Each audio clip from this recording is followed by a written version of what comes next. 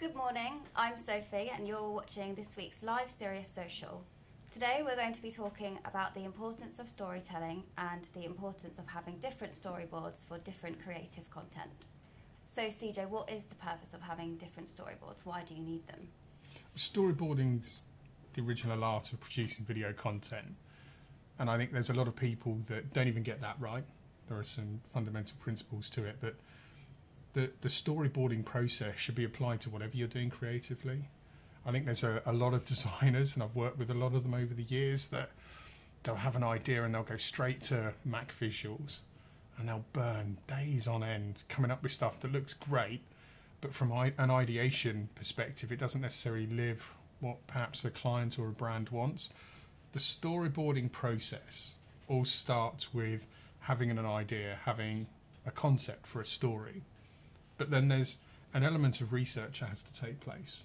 Research around the audience that you want to engage with your story. It could be research around the subject matter of the story itself.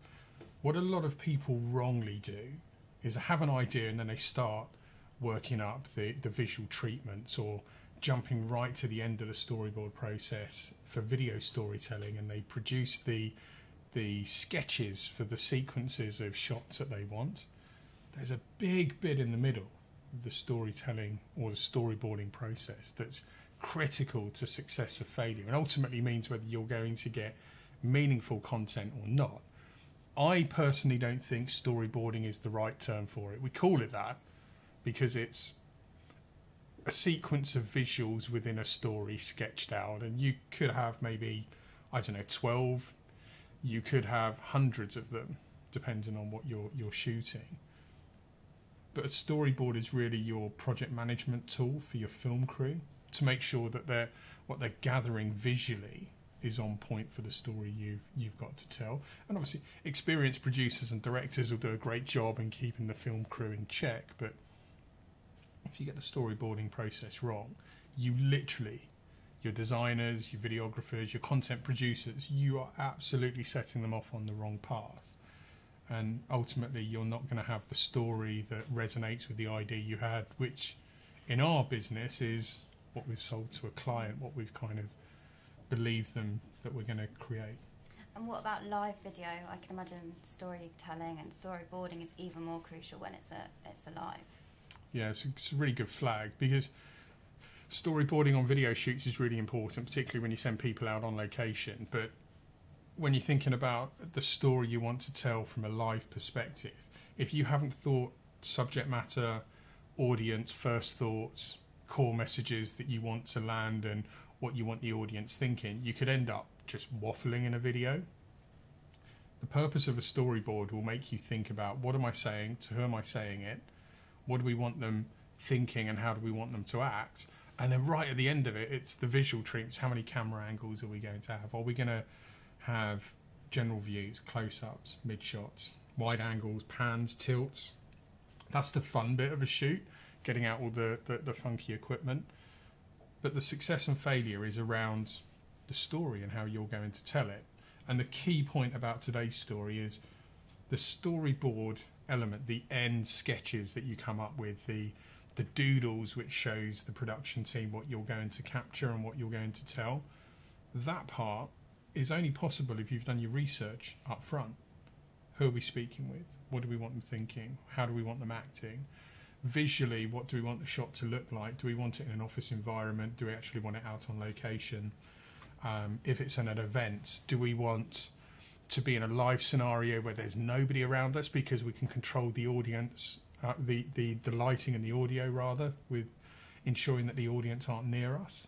But then if you're at an event, you want to show it's a really busy event, so the audience kind of have to feature, don't they? And I think a lot of people forget the core element of storytelling, and that's what's the original message, the original story concept that you want to deliver. And we do this here for obviously our video productions. We do it for our lives, even this waffling effort that I'm delivering right now, we've got a storyboard for it.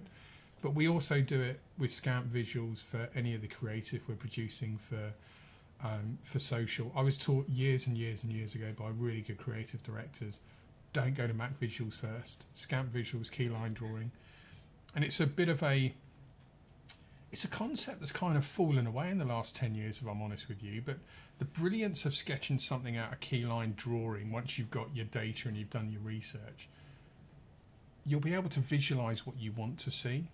So then you can help the designers sort of fill in the colors, the location, the detail of the image as it builds together. Ultimately, that means your output, once you put the Mac visuals on it or the cameras on it, whether it's pre-recorded or live, you stand more of a chance of it resonating with your story. And I talk about storytelling a lot. I think there's a lot of people out there that think storytelling is cliched, and they'll say, good content, you have to be a good storyteller. But then they don't know how to be a storyteller. Idea, research, and you dig and dig and dig like a detective. Even if that sometimes means that the research you're surfacing actually flies in the face of your original story. The next bit of storytelling is, where's the controversy coming from? Because if you produce something that's just a unilateral opinion, it's pretty boring to watch or receive or read. You need polarizing views, and you need opinions that really challenge your thesis. And that's then where your expert speakers come in, whether they're speaking for or against your idea. But you need those polarizing views to give real depth to your storytelling. If you go and look at any of the awesome documentaries that exist out there, you will not find one that's talking about a universal opinion that's accepted by everyone. You will not find a single one that only has one lens view. It will have polarizing opinions. And then we use scaled down versions of that thinking even for designing flat visuals on social. Yeah. And to summarise, what would be your 3 top tips for a killer video storyboard? Start with an idea, getting to research second, and then only after you've sort of laid out all of your research, only at that point then start to think about sequencing, shot list, and the finer points of creating a storyboard. It's amazing if you've done the research bit right and you lay all of that research out, a story just appears in front of you. And there will be certain parts of the research that excite you. That's probably what you want to put an interview around. And then your challenge is, who's going to be the expert person to bring that narrative alive? But the same principles apply for other aspects of design. If there's a story within your research that excites you, what are the treatments that bring that alive, either in an animated, visual, cinematograph, flat visuals? If you think carousel on Facebook, where you can have up to 10 images, that allows you to get into different stories with different treatments. So rather than just jumping to create or collect 10 visuals to create a carousel, start with the research, and the bits that pop, go and create content around it.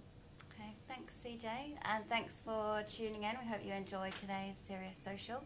If you do have any questions on storyboarding or storytelling, then don't hesitate to get in touch. You can find all our Serious Social videos on our website or on our Twitter feed. Thanks for watching.